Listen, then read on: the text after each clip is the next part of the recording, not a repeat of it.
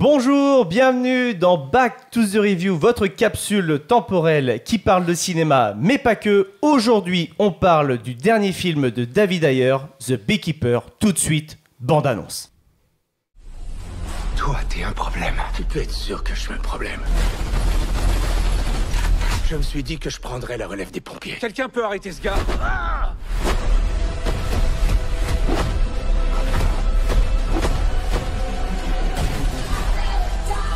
Nous devons le tuer avant qu'il ne tue assez de gens pour se rendre au sommet. Du miel?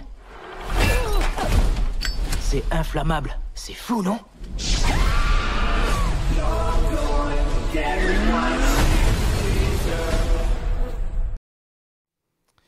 Et pour parler du film, aujourd'hui, nous avons Ekichi. Bonsoir, Ekichi. Bonsoir, bonjour, bonne nuit, bon matin. Nous avons Maxime. Bonsoir, Maxime. Bonsoir à tous. Nous avons GG. Bonsoir, GG. Bonsoir. Et nous avons Lucas. Bonsoir, Lucas. Bonsoir. À la régie, nous avons Gary. Bonsoir, Gary.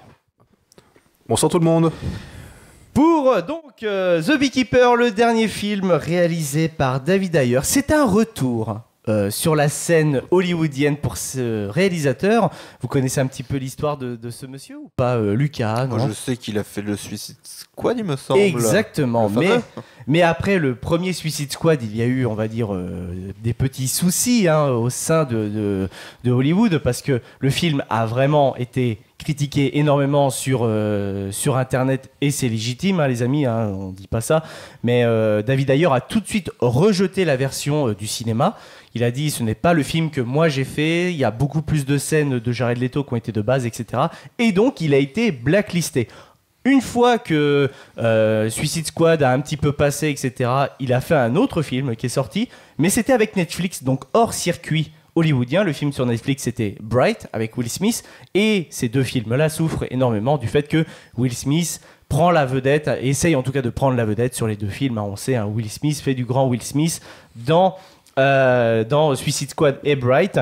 Donc là, c'était un vrai retour de ce réalisateur, et je pense que c'est un petit peu pour ça qu'il fait parler de lui aux États-Unis. Alors, très peu de bruit chez nous. Il est sorti le 10 janvier dans très peu de salles en France. Les amis, est-ce que vous voulez que je donne le synopsis, ou vous avez envie pour une fois de le dire ou pas? Parce que le synopsis, c'est quand même plutôt simple. Oui, c'est plutôt. Enfin. Maxime. Ah bah allez, je vais faire un test. Parce que Maxime, on rappelle, là, il est déguisé en Jason Statham. Non. sosie officiel, attention. Sosie officiel. Non, parce que regardez, j'ai des cheveux.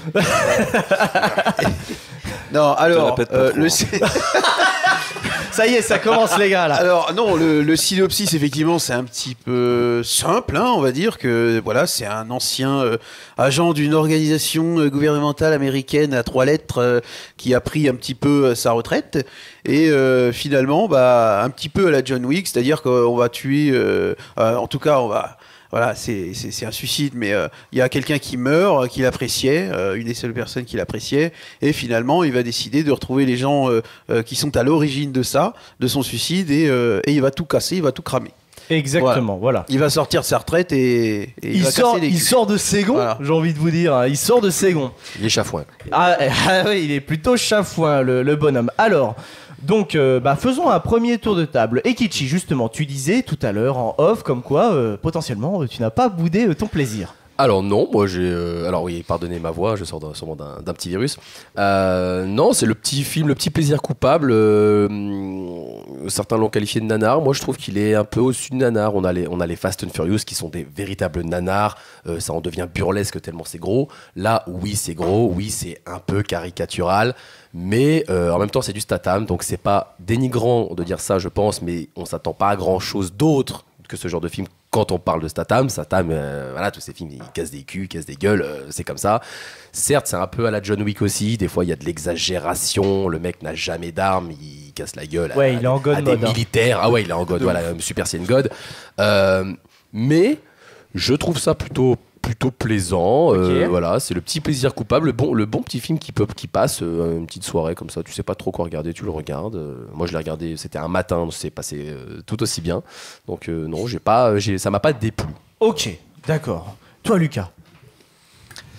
Bah, j'ai déconnecté le cerveau pour le regarder. Ouais, bon, ok. Donc, Comme à mon avis, Jérôme, je voilà. pense. Après, Jérôme il se dit mais qu'est-ce que je fous là devant mon écran. Alors oui, c'est clairement pas le style de film de GG. C'est tout aussi intéressant de l'avoir justement pour qu'il puisse en discuter. Mais vas-y. continue. après, moi, je suis mitigé entre le fait de dire que c'était pas trop mal et le fait de dire que c'était pas ouf quoi. Ouais. En fait, c'est entre les deux.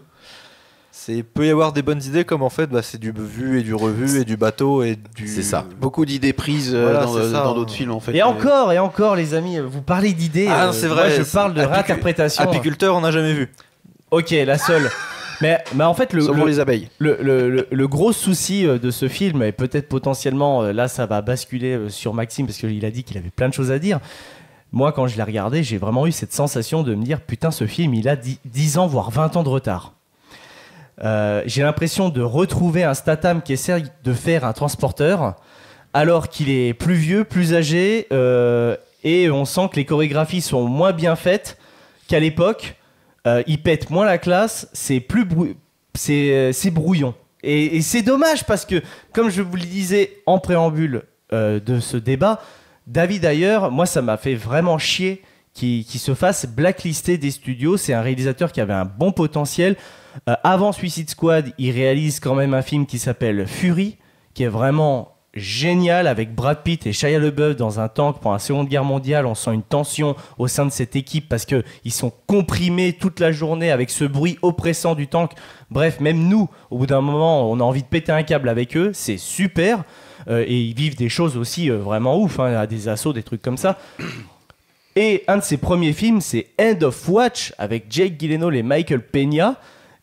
Qui est pour moi vraiment une masterclass d'action, de réalisme. On va dire, on suit une petite team en fait de flics californiens qui justement essaye de soulever, on va dire, des gangs et des choses comme ça, mais c'est très réaliste. On a peur pour nos personnages. C'est un petit peu filmé à la fan footage, un peu. Je sais pas si vous avez déjà vu Jake Gyllenhaal pour le film. Il est complètement rasé. Vous savez, il aime bien ce genre de transformation. Et voyant ça, donc c'était un mec qui avait quand même des ambitions, du réalisme, on va dire, dans ce film-là. Dans ces films-là, là, avec The Beekeeper, j'ai l'impression qu'il régresse. Pourtant, il a eu beaucoup plus de moyens que End of Watch. End of Watch, ça a coûté 7 millions de dollars. Là, je pense que 7 millions, c'est peut-être presque même le salaire de Statham. Donc, il faut arrêter les conneries. Là, j'ai l'impression que le film, il a beaucoup de retard. Et même dans la réalisation, c'est pas innovant, c'est pas réaliste. Et ça devient même un petit peu... con. C'est con, c'est de la connerie, quoi. Des apiculteurs. Tu en as sur le cœur, là. Mais non, mais merde. Quoi, un agent de la CIA ne peut pas être apiculteur ? Alors si, Voilà. tu peux le faire dans tes Pourquoi passions. Tu peux le faire dans tes passions. Mais tu ne peux pas, en fait, entre guillemets, genre que ça devienne une organisation en mode... Et vous savez... On a même créé... Genre, limite, t'as l'impression que les apiculteurs, c'est des mecs qui ont été chopés à la naissance. En mode, on va vous donner l'essence même de la ruche en vous, tu vois, limite, ils ont été piqués par des abeilles quand ils avaient 7 ans pour avoir un truc que t'as pas. Alors justement, tu vois. il parle pas trop de la naissance. Ils ont fait cramer. Il parle pas trop justement de la naissance de ces agents-là. En fait, on sait que c'est les agents, c'est le pire du pire, quoi. Enfin, dans la CIA, c'est ceux qu'on appelle en dernier recours. Lui, finalement, à chaque fois que l'ancien patron de la CIA dit ah bah lui, c'est le pire, quoi, en gros. Hein. Oui. Et effectivement, on peut se poser c'est des ça questions. dans tous les films, de toute façon, un peu comme ça. C'est toujours le mec, c'est toujours le pire du pire. Ouais, alors oui, mais... Bah, c'est à la John Wick, hein. Moi c'est pour ça que je me suis retrouvé un petit peu là-dedans. Non, mais on est d'accord. C'est mais le mec, il est en retraite, me cassez pas les couilles et finalement on va tuer quelqu'un qu'il aime. Même au Et niveau de la réal et tout ça, au niveau des ambiances, quand il est dans les bureaux et tout, hyper Ouais. flashy tout ça. Ça, moi voilà, j'allais en parler tout aussi aussi, un hein, petit donc, peu, oui, de l'ambiance. Mais par contre, tu vois, dans John Wick, ce qui fait la différence, c'est la réal. Je veux dire, on est au plus proche de Keanu Reeves. Je veux dire, même s'il est en God mode, les coups qu'il prend, les quelques coups qu'il prend, même dans le 4, où c'est très Et exagéré. on sent la souffrance en Tu lui sens la souffrance. aussi. Là, dans le Il film, s'est jamais touché. honnêtement, il se fait toucher qu'une fois, c'est un coup de couteau. Et il lui dit, tu vois, Tu sais que t'es pas immortel. Voilà, tu sais, Ouais, je sais. Allez, fini. Mais nique ta mère en fait, putain. Non mais voilà. Ok, le mec, En fait, voilà, moi j'ai envie de vous dire, c'est principalement ça qui m'a gêné, mais je vais laisser la parole justement à Maxime si tu as d'autres choses à rajouter. Oui, bon, j'ai plein de choses. Moi, attends, je vais commencer par le début. Vas-y, commence Donc par moi, le ce début. film, je dirais, Komikichi, voilà, c'est pas un nanar pour moi. Il y a quand même, voilà, ça se regarde. J'ai pas dit ça, hein. Voilà, ça se regarde. Moi, j'aime bien. Je suis un petit plaisir coupable, ce genre de film, voilà, où ça pète de partout. Tu sais que le héros, il va pas se faire toucher une fois et il va casser la gueule à tout le monde. C'est ce genre de film. On le sait en regardant. On sait que ça va être Jason Statham. On sait un petit peu à quoi s'attendre. Voilà. Après, non, ce film, il y a des. Moi, j'ai trouvé qu'il y avait des effets spéciaux lors des explosions. Bon, effectivement, ça faisait un petit peu série le dimanche après-midi, voilà, sur M6. Après, il y a rarement des explosions quand même Oui, dans les oui, mais films ça M6 arrive, du et dimanche c'est soir pas, ou du dimanche après-midi. voilà, c'était pas qualitatif, quoi. Oui. Après, non, en termes de personnages, bon, je me dis déjà, l'agent du FBI, pas de charisme. Les méchants, pas de charisme. Je suis désolé. Enfin, moi, à part Jason Statham, et encore, Jason Statham, zéro expression tout le film. En fait, il y a personne, il n'y a pas de personnage attachant, à part effectivement celle qui se fait tuer, donc la maman de l'agent du FBI au départ, hein, qui se fait hacker. Non, mais. Ouais, exactement. Comme par hasard, en fait, elle lui dit pas, la maman, elle lui dit pas que, oh bah tiens, au fait, j'ai un gars dans mon garage, il élève des abeilles. Et après, il y a la fille qui se moque, bah t'es qui? Ah, ta maman, elle t'a pas parlé de lui? Bon, bah, pourquoi pas? Et après, du coup, c'est elle qui est en charge de l'enquête, machin. Bon, je dis, oui, voilà, enfin, c'est scénarisé. Après, heureusement, sinon, il n'y a pas de film. Mais bon. Alors oui, bon. Mais non, et puis, les méchants, moi, je vais parler de l'apiculteur bis, la nana qui arrive, qui se fait défoncer en 2 secondes. Jason Statham, c'est toi qui m'as remplacé. On parle déjà du look de cette nana. Ah, c'est toi qui m'as remplacé. Putain, c'est cramé la gueule en 2 secondes. Une caricature, cette nana qui sort après le truc. Le minigun direct. Non mais c'est ça. Non, mais je suis désolé, mais il n'y a pas de charisme. Si Keanu Reeves faisait Neo en 2024, tu vois, c'est cette meuf là. Et c'est pour ça, même les méchants, comment les équipes d'intervention, le mec ils essayent d'en imposer. Après les méchants ils disent non, bah toi tu sors. Donc tu dis ok. Enfin il y a personne qui a du charisme de. Bah si, Statham. Même Josh. J'ai plus son. Ouais. Josh Winterstone. Bah je suis désolé, mais il joue le gamin un petit peu bêtio. Quelle sous-merde. Oui, non mais voilà. Après, c'est très caricatural, c'est des méchants très caricaturaux. Après c'est un monde. Les gros riches, les machins. On se rend compte qu'on n'est pas dans notre monde. Par contre, puisque à un moment donné, effectivement, t'apprends que ah bah tiens, c'est sa mère la présidente, machin. Tu vois des choses qui ont jamais encore existé. Oui, non, comme par hasard. Mais tu dis que c'est vraiment un monde un petit peu parallèle à part. Qui est détaché de tout ça. Je crois que d'ailleurs que ce Back to the Review, on va l'appeler comme ça. Back to the Review. Comme par hasard. Comme par hasard. Comme par hasard. De Beekeeper, comme par hasard. Non, mais c'est abusé. Enfin voilà. Après, pourquoi apiculteur? Ça, j'ai pas.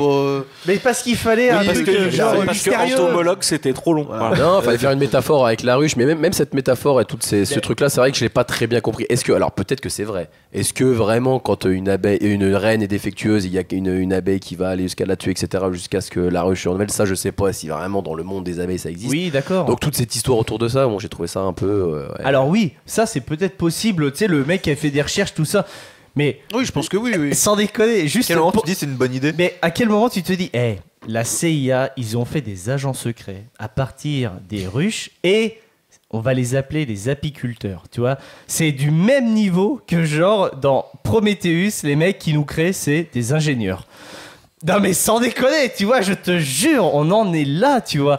Et pourquoi apiculteurs? Je sais pas, parce que ces mecs-là, ils sont mystérieux. Tu sais, quand ils font ça, ils sont mystérieux, ces mecs-là, tu vois. Tu les vois au loin, ils sont en train de tripoter leur ruche, tu sais pas ce qu'ils font. Il y a quelques petits. À un moment donné, il dit je vais les enfumer ou un truc du genre. Comme je l'ai dit, hein, il a été très peu distribué en France, ça me permet de le glisser comme ça. Pour le voir à l'heure actuelle, munissez-vous d'un bon VPN. On va pas se le cacher. Nous, la version qu'on a vue, c'est de la version québécoise. Oh oui. C'est du trou Québec. Ils ont Oui, beaucoup alors dit. oui, québécoise, mais On a voyagé jusqu'à Boston.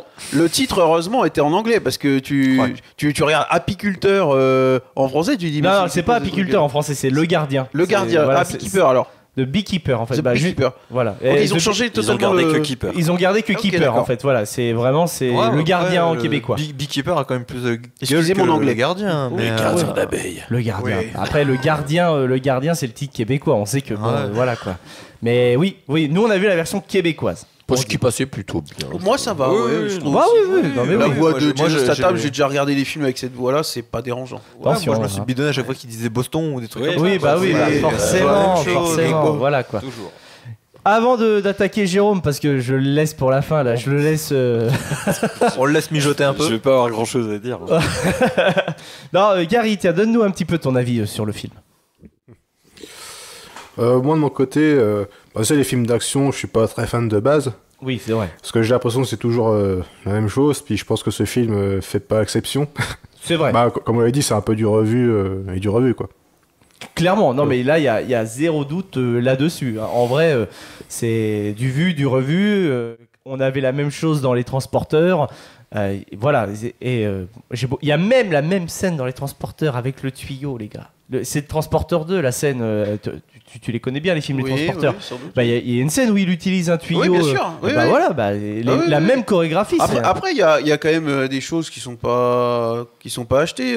Enfin, je veux dire, quand il mutile les gens ou il a des idées un petit peu originales, genre tiens, je t'attache, tiens la voiture, hop là, dans la Oui. flotte. Oui, j'ai trouvé ça particulièrement inventif. Voilà. Non, C'est mais il y a créatif. quand même, il y a quand même des idées. Non, mais alors oui, mais Tout n'est pas acheté, honnêtement. non, alors, mais on dit pas ça. On expose oui. nos avis, voilà, clairement. Comme je le dis, moi, je suis un petit peu déçu parce qu'il y a un vrai engouement aux États-Unis pour ce film, hein, les amis. Ah, d'accord. Vraiment. Après, je pense que c'est pas étonnant. Les Américains sont très fans de tout ce qui est américain, donc testo, baston, etc. Je pense que c'est vraiment pour un public américain de souche. Tu vois, finalement, Ikichi, tu es dans le thème parce que ta voix est testo. C'est ça. C'est ça. Non, mais après, moi j'ai relevé quelques petites punchlines qui. Voilà, c'est le genre de petites punchlines qui fait toujours plaisir dans un film. Ça fait du bien de temps en temps d'avoir des films un peu testo comme ça. Quand le gamin, donc quand il appelle le fameux gamin, tu as brûlé mon centre d'appel et maintenant c'est toi que je vais brûler. Tu me parais jeune, tu n'as pas de testament. J'ai 28 ans, pourquoi je me soucierais d'un testament? Je vais te montrer que tu as tort. Enfin, des trucs comme ça.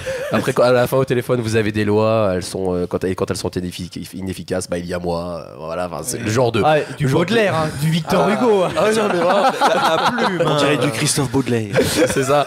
Donc non, mais c'est à prendre un peu au second degré. il est pas pour enfiler les perles, attention, oui. Ah ouais, non, là, il casse des gueules, hein, Ah par ouais, contre. hein, vraiment, là, Ah voilà. oui, mais quoi. même des bonnes femmes, tout, voilà, ils cassent tout ce qu'il y a à casser, quoi. Ah oui, Pas, bah, là, il n'y a pas de pitié vraiment pour l'animal blessé, hein, Jérôme. Ouais, bah. Ouais. Ouais, bah. Faut se lancer. Moi, ce matin, je me suis levé, je me souvenais déjà pas de ma soirée. Et je me souvenais encore moins de ce film. Voilà. Donc, ouais, non, il m'a pas marqué. Voilà, un enchaînement une succession de trucs, de situations comme par hasard. Bref, voilà. Dis donc, l'ancien chef de la CIA, c'est le chef de la sécurité des méchants. Non, mais sans déconner. Et en plus de ça, il est amoureux de la présidente qui est la mère du méchant. Oh là là. Bref, mais sinon, oui, bon, bah, ça pète un peu partout, c'est rigolo, mais ça va pas plus loin que ça. Enfin, bref. Ouais, Voilà. oui. Ouais, tu en avais sur le cœur. Bah, Voilà. Là- Non, mais moi je m'en fous. Enfin, Oui, ouais, on a bien compris. voilà. Disons que, voilà, si je devais résumer, ce film existe. exactement. Voilà. Alors, il existe, mais je reprendrai justement une critique que j'ai vue sur Internet, parce que comme je vous l'ai dit, il y a énormément d'engouement aux États-Unis. Là, ce podcast a été victime, je dirais, des articles putaclic que l'on peut voir du cinéma, parce que pour préparer les différentes émissions, de temps en temps, je vais sur Internet et je regarde justement qu'est-ce qui pourrait potentiellement intéresser nos auditeurs et puis nous aussi à regarder, à décortiquer tous ensemble. Et j'ai vu beaucoup de fois ce titre apparaître, The Beekeeper, et je me dis, oh, Jason Statham, bon, ça va être du Statham. C'est bien du Statham.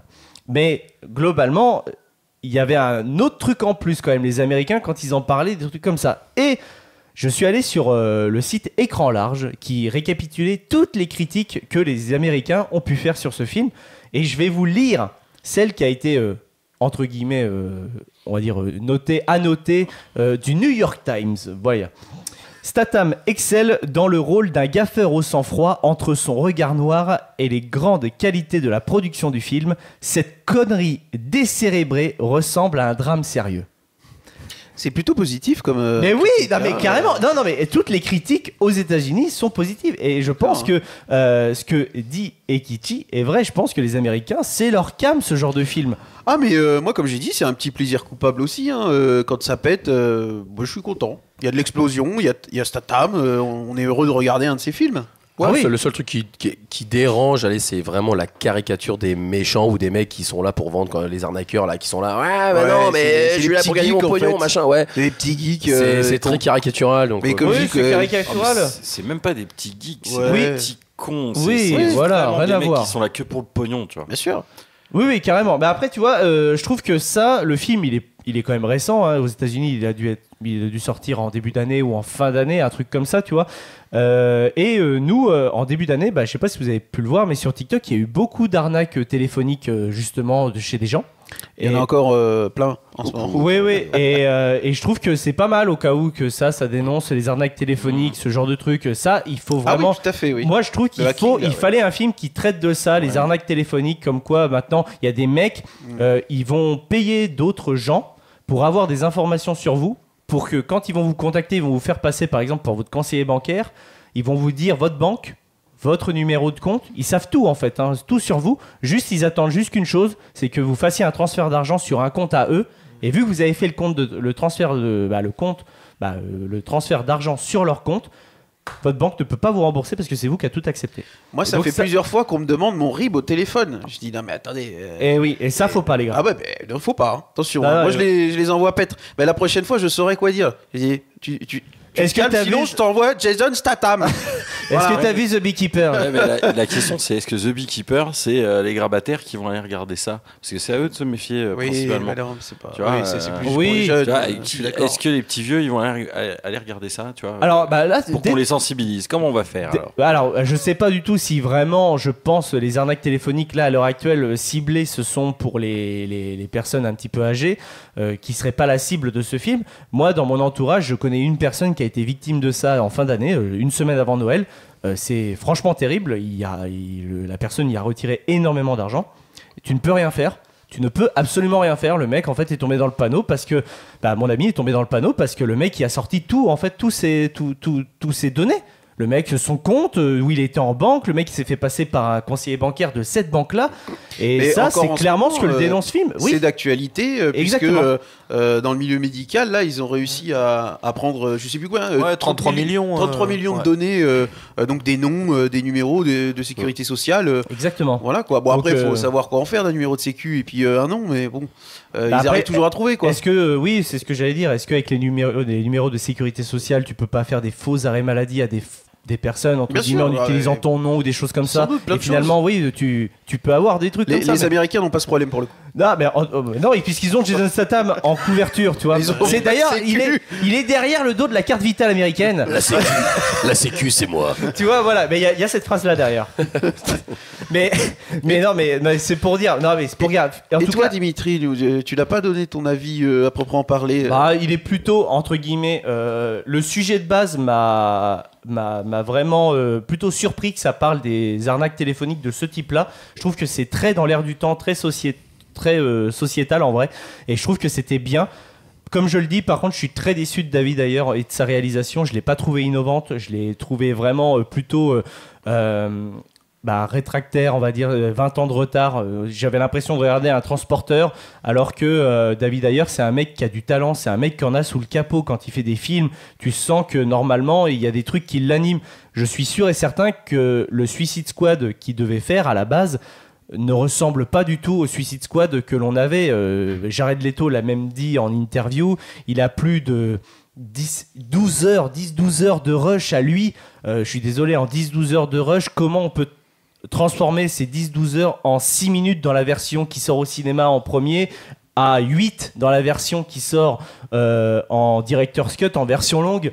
Et non, pour moi, il y a un vrai problème autour du premier volet de Suicide Squad. David Ayer a eu raison de dire que le studio Warner s'est comporté comme un gros con de studio. Je suis désolé, mais bon, il s'est fait avoir, comme beaucoup d'autres réalisateurs, comme par exemple Christophe Gans aussi, quand il a fait Hitman. Ils se sont fait avoir, ce sont des gens qui se sont fait avoir, mais bon, les studios américains se comportent comme des studios américains, comme dirait Karim Debache. Donc, ça me surprend pas trop. Mais j'ai été très peiné de le voir blacklisté sur Hollywood parce que c'est un réalisateur franchement qui a vraiment du potentiel. Et là, qu'il revienne avec un film comme ça me fait un petit peu chier parce que je sais qu'il peut aller mieux. Si j'ai, entre guillemets, une conclusion, ouais, c'est un bon plaisir coupable. Ça se regarde, un bon petit dimanche après-midi, posé avec un petit chocolat chaud. Même, vous voyez, il fait moche pour regarder ce film-là. Ça passe 1h30, c'est cool. Franchement, il n'y a pas de problème. Mais... j'en attendais plus en fait, surtout vis-à-vis des retours américains. Je me suis peut-être monté le crâne aussi tout seul. Mais ça, c'est des trucs que, bon, voilà, on fait avec. Après, on parlait de plaisir coupable et ça, c'est une notion que j'aime justement, j'aime bien parler avec des gens. À l'époque, je voulais en faire un court-métrage justement qui parlait de ça un petit peu, vous savez, des gens qui ont vraiment des plaisirs coupables, un petit peu honteux, qui n'osent pas le dire. Et justement, ce court-métrage-là, il se fera jamais, c'est pour ça que j'en parle. Hein. Mais voilà. Et vous, si vous avez un plaisir coupable, juste comme ça, sans réfléchir, En termes de cinéma, un film I ou Want It That complètement autre Way chose des Backstreet Boys. Ah, donc ça serait musical. Voilà. Culturellement parlant, on va dire un plaisir coupable culturel, mais voilà quoi. Bah moi, je vais te suivre musicalement parlant, mais j'adore Katy Perry. Mais alors je sais que toi, mais vraiment c'est pas La grosse coupable. interview quoi. mais non mais C'est pas coupable, ça va. Enfin, c'est de la musique, quoi.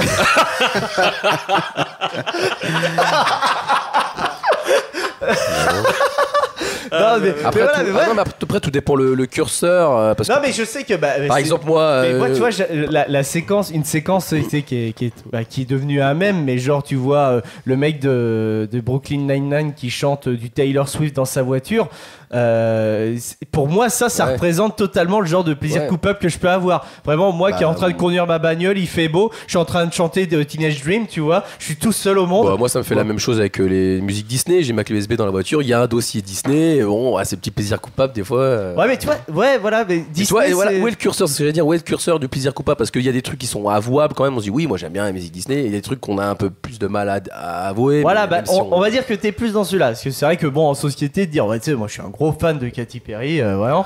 Tu vois, je sais pas, il y en a, mais ça passe moyen. À l'époque, en tout cas, je me faisais ce truc-là que ça passait moyen. Un mec qui était vraiment très très fan de Katy Perry, qui osait pas le dire, voilà. Ouais. C'était ça le Bon, pitch sinon, de mon très court-métrage. bien. En termes de films, et mon petit plaisir coupable, c'est parce que je les ai vus il y a pas longtemps. C'est les films Full Metal Alchemist Netflix Japon. Tu vois, il y en a qui disent ouais, c'est cheap, ça fait cosplay, mais c'est le petit plaisir coupable parce que bon bah là, grand fan de Full Metal, donc les films je les trouve beaux quand même. Et puis en plus c'est les voix françaises originales du dessin animé, donc c'est non franchement il y a le côté nostalgique. Mais petit plaisir coupable parce que bah c'est pas ouf quand même quoi. Ok, d'accord, mais en tant que fan de Full Metal Alchemist, tu te rends compte que c'est pas ouf ou pas? Ou t'es juste content de voir en fait ton Est-ce que œuvre tu es dans le adaptée? déni?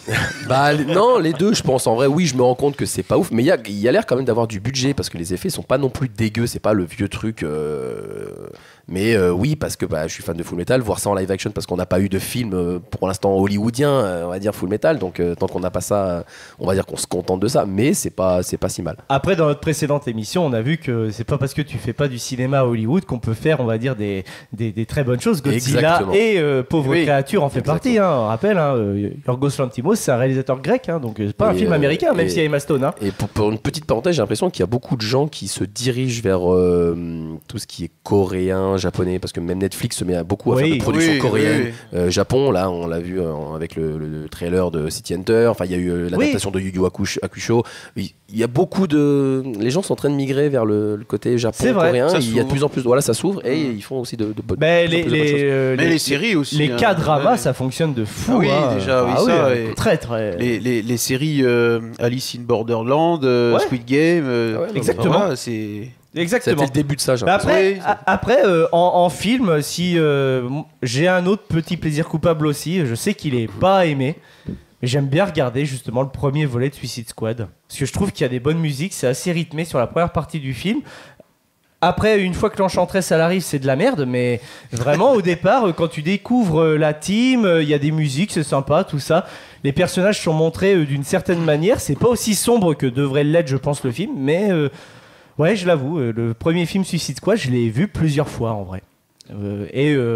Pour regarder, et je me force à aller jusqu'au générique pour un seul truc, c'est la musique 21 Pilots à la fin, voilà, qui est la musique du générique. Maxime, t'as un plaisir coupable, toi? Bah, toi, t'en as plein. Oui, mais tu le sais, mais vous le savez. Ah, pour lui, c'est peut-être même pas coupable tellement c'est normal. Non, c'est pas. Non, mais il se couche avec les. Je ne le dis pas. Rated M. Sur tous les. Non, mais oui, voilà. Je ne le dis pas sur. Je vais pas le crier sur les toits. Mais non, moi j'aime bien. Ouais, bah un petit peu les anciennes séries, comme vous savez. J'aime bien les regarder de temps en temps. Derrick. Non, bah abuse pas. Non, moi je suis plus dans le science-fiction. Ouais, effectivement, science-fiction. MacGyver, ça m'a jamais dérangé. Mais oui, science-fiction. Des fois, j'ai. Alors bon, moi je les ai pas en DVD malheureusement. Donc j'ai essayé de les rechercher un petit peu sur internet, mais des fois oui je me retape un petit peu de Stargate, voilà, enfin des choses comme ça. Sliders, si vous vous rappelez, Sliders. Ah, c'est vrai qu'on a eu cette discussion et voilà. qu'on avait parlé de trucs sombres mais comme oui, ça. c'est sombre comme ça. Et des séries que J'adore le grand écart parce que des séries que plus personne ne connaît aujourd'hui, comme Sliders ou 7 jours pour agir aussi. Après, voilà, ça 7 c'est. jours pour agir. Et personne ne connaît ces trucs-là, mais c'était rigolo. C'était simple. Mais est-ce que c'est d'une autre époque? En fait, c'est coupable maintenant, mais à l'époque, c'était peut-être pas coupable parce que c'était ce qu'il y avait pour les fans de Stargate, etc. Tu vois, maintenant, on trouve ça un peu ringue, un peu dépassé. Oui. Mais à l'époque, il y avait que ça. Enfin, c'était le top du. Mais années 90-2000, moi, je me souviens très bien que les séries télé, je regardais pas du tout Stargate. Je regardais Xena la guerrière. Ah oui, ça c'était avant, ouais. C'est encore plus vieux. Ah oui, mais c'est plus vieux, mais ça pas passait. aussi vieux que toi. Non, les gars, arrêtez là. Et Hercule. Mais Hercule et Xena, c'est le premier crossover de la télévision. Team Walker, les gars, Team Walker. Walker, voilà, tu vois. Bon, GG, un plaisir coupable. Parce qu'on sait que pour Lucas, c'est les Backstreet Boys. Du coup, moi, musicalement, ça va être Taylor Swift. Ok. Ça, c'est sûr et certain. Et après, ouais, en film, je saurais pas dire quoi. Mais il y a pas genre un film, tu sais, au plus profond de toi que c'est mauvais, mais tu le regardes. Bah. T'as une affect ou t'aimes bien. Il y a une affect. Là, comme ça, non, je vois pas. Non, tu ne vois pas. Non, je vois vraiment pas. Si, il y a la Batman The Animated Series. Alors ça, voilà. Oh, mais attends, c'est pas un plaisir coupable, ouais, c'est super. Mais c'est un truc de gamin, tu vois. T'as Madeleine de Proust. Ouais, c'est Madeleine de Proust. C'est pas. Merde, c'est pas Ekichi qui sort ça. On est plus des enfants. Tu lui as volé sa line, putain. Merde. Fais pas ça. Fais pas ça, enfin. Mais fais pas ça. Non, bah là, comme ça. Bon, bah après, tant pis. On sait que déjà musicalement, c'est Taylor Swift. Voilà. On est là, voilà. Gary, il y a un plaisir coupable ou non? Genre un Eragon. C'est pas coupable, ça, c'est normal. C'est assumé. Non, mais attends, le film Eragon, tu vas pas me dire que tu l'apprécies quand même. Bah, quand t'es gosse, si, tu l'apprécies. Ok. Après, quand tu grandis et que tu lis les livres, là, tu le détestes, mais... c'est ce que je dis, voilà, il y a les choses qu'on a connues sur le moment. Ouais, Eragon, quand je l'ai vu en 2006, quand t'es gosse, tu fais, putain, il est génial ce film, tu vois. Quand t'es gamin. Non, sinon, musicalement, bah pareil, c'est assumé, mais je dis ça aux États-Unis, je suis mort, je suis fan de Nickelback. Alors c'est vrai. Moi aussi j'aime beaucoup Nickelback en plus. C'est Nickelback. J'adore ce groupe là, Nickelback. Non mais c'est vrai. Non. C'est génial. Il se plante sur le nom du groupe. Alors qu'il connaît, il adore. Ouais, putain, c'est bon là, bordel. Mais c'est vrai que moi j'adore Taylor Swift. Mais je n'ai jamais su je n'ai jamais su la raison pour laquelle ils n'étaient pas aimés aux États-Unis. C'est vrai, je ne sais pas. Parce que c'est convenu. Voilà. C'est un mème en fait, sur internet. C'est juste. Enfin, mais je crois qu'il y a de ça, puis il y a aussi qu'ils chient un peu sur plein d'autres groupes. Je crois que eux chient sur le chanteur, je crois qu'il chie un peu sur d'autres groupes ou sur d'autres membres de groupes et tout. D'accord, bah je crois qu'il y a un truc comme ça. Mais c'est vrai qu'ils sont détestés sur internet, ça me tue. Je ne savais pas ça. Si, d'accord. surtout aux États-Unis, Ouais. c'est vrai que. J'apprécie aussi moi ce groupe. Oui, bah oui. Non, mais, Oui. en vrai, on est assez loin de la culture américaine quand même sur beaucoup C'est de vrai. points. Mais c'est vrai que oui, donc Nickelback, donc pour Gary, ça peut être un petit plaisir coupable, c'est vrai. Bon, allez, un petit dernier tour de table pour conclure. Maxime, est-ce que tu conseilles de regarder ce film, oui ou non, Beekeeper? Voilà. Oui, si on aime bien Jason, bien sûr. Si on aime bien Jason. Oui, mais non, mais parce que pas les autres, parce qu'il n'y a pas de charisme. Oui, c'est Voilà, ça. comme je le répète, hein, mais c'est vrai. C'est vrai. Jeremy Iron. Ah ouais. Il était pas mal, Jeremy Iron. Alors évidemment, c'est pas le frère Gruber préféré de tout le monde, mais Oui, parce que c'est Rickman. Mais Oui, voilà. c'est sûr. Non, C'est sûr. non. Et Pas de qui charisme. Oui, allez, dans 15 mois, quand il sera sur une plateforme, vous pouvez le regarder, ça passe bien. Mais attendez que ce soit sur une plateforme, allez peut-être pas au cinéma, de toute façon, il n'est pas au cinéma chez nous. Oui, très peu, Voilà, très très peu de cinéma l'ont distribué. Voilà, attendez la plateforme. Lucas. Oui, mais faites-vous un jeu à boire, bien Ah, sûr. mais tu sais, Dès tu qu'il y a sais une que- référence sur du miel, mais picolé. Dès qu'il y a une punchline badass, dès qu'il y a Voilà, mais dès oui. qu'il y a- Tu sais que je m'y attendais. Quand j'ai vu le film, je me suis dit, Lucas, il va nous pondre un jeu à boire. Ça va être le top du top, tu vois, voilà. Mais ouais. Donc voilà, Un jeu à boire avec du chouchen comme ça. Ah bah là. Voilà, parfait. on est d'accord. Et toi, GG, Sur du est-ce que miel. tu le conseilles ou non? Je sais que c'est pas trop ton style de film, mais quand même, est-ce que tu peux le conseiller à nos Non, mais auditeurs? franchement, si vous aimez les actions décérébrées, allez-y. Non, mais c'est vrai, il a raison. Il Oui. n'y a aucun problème. Voilà, mais voilà, si vous aimez les scénarios convenus, allez-y. Là, voilà. C'est vrai. Voilà, vous l'avez déjà vu dans un film de Michael Bay. Hop, vous buvez un coup. Tu vois, C'est à peu près ça. John vraiment. Wick l'a fait, allez, tu John bois. Wick l'a fait. Hop là. Tu vois. Jason Statham fait le même coup de pied que dans le transporteur. Bam, tu vois. Ça y est, c'est parti, tu vois. Donc, non. Enfin, D'ailleurs, dans beaucoup de films, il a le vieux pick-up américain, machin. C'est Et sûr il que- a il- beaucoup, Ah bah voilà, hein. il a le même pick-up que dans d'autres films. Tu bois. En fait, The Beekeeper, c'est un bon jeu à boire. Tu bois pendant 1h45. Vram, les mecs sont fracassés à la fin. Tu vas au McDo, t'es refoulé du McDo parce que t'es trop bourré. Donc là, c'est que t'as atteint un seuil, voilà. Et ben moi, si je devais le conseiller, non. Franchement, non. D'accord, ok. Ne vous faites pas chier à regarder ce film-là. Pour moi, il n'existe même plus. Voilà, je pense, regarder un transporteur ou regarder un John Wick, ça serait plus intéressant. Je pense que c'était mieux fait à l'époque. Voilà, donc ne perdez pas votre temps, ne perdez pas cette petite heure et demie devant vous.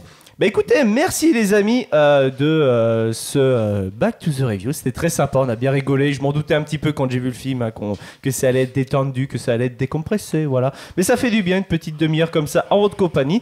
On se retrouve très prochainement pour un late show, hein, donc un peu plus sérieux et en live, bien entendu. Bisous les chroniqueurs, bisous les auditeurs, salut à tous. ciao. Bisous. Salut, ciao.